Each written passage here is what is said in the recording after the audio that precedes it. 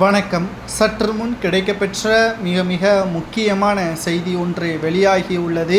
தமிழகத்தில் புதிய ஆளுநர் மத்திய அரசால் நியமிக்கப்பட உள்ளது. இதனால் தமிழக ஆளுநராக ஆர்.என். ரவி அவர்கள் வேறு மாநிலத்திற்கு மாற்றப்படுவார் என்ற தகவல் தற்பொழுது கிடைக்கப்பெற்றுள்ளது.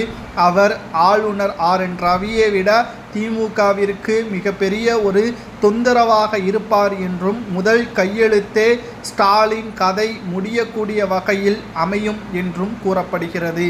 ஏனென்றால் நிதி தாக்கல், பட்ஜெட் தாக்கல் செய்யப்படக்கூடிய நேரத்தில் தமிழக ஆளுநர் மாற்றப்படுவார். தமிழக ஆளுநர் ஆர்.என். ரவி அவர்கள்தான் மசோதாக்களை காலதாமதம் செய்வதாக உச்சநீதிமன்றத்தில் முறையிட்ட தமிழக அரசு, புதிய ஆளுநரும் தமிழக நிதி பட்ஜெட்டில் நிறுவனங்களுக்கு சாதகமாக, தமிழக பொதுமக்களுக்கு துரோகம் இழைக்கும் விதமாக பட்ஜெட் தாக்கல் இருந்தால் முழுமையாக நிராகரிப்பதாக செய்திகளும் கிடைக்கப்பெற்றுள்ளது.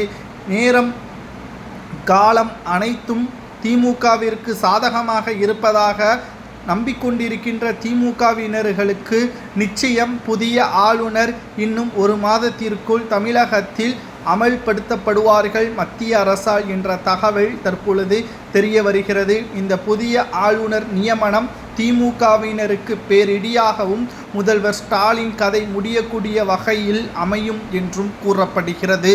அது மட்டுமல்ல, இதுவரைக்கும் கடந்த 4 ஆண்டுகள் வரை திமுகவிற்கு மிகப்பெரிய தொந்தரவாக இருந்த ஆளுநர் ஆர்.என். ரவி அவர்கள் இதைவிட பல மடங்கு தொந்தரவுகளை அடுத்த ஓராண்டிற்கு புதிய ஆளுநர் செய்வார் என்றும், இவர் முன்னாள் இராணுவ அதிகாரி என்ற தகவலும் தற்பொழுது கிடைக்கப்பெற்றுள்ளது.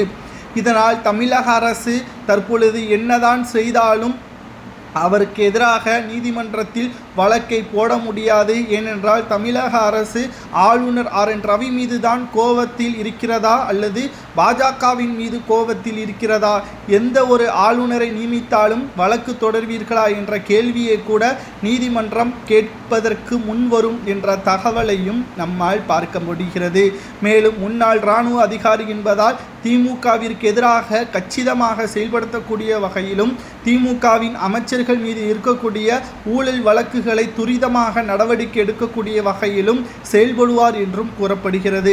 இதற்காகத்தான் திமுகவிற்கு பேரிடியாகவும், திமுகவின் தலைவரும் தமிழக முதல்வருமான ஸ்டாலின் அவர்களது கதை புதிய ஆளுநர் நியமிக்கப்பட்டால் முடியும் என்றும் எதிர்பார்க்கப்படுகிறது. உங்களது கருத்துக்களை கமெண்ட் வாயிலாக கூறுங்கள்.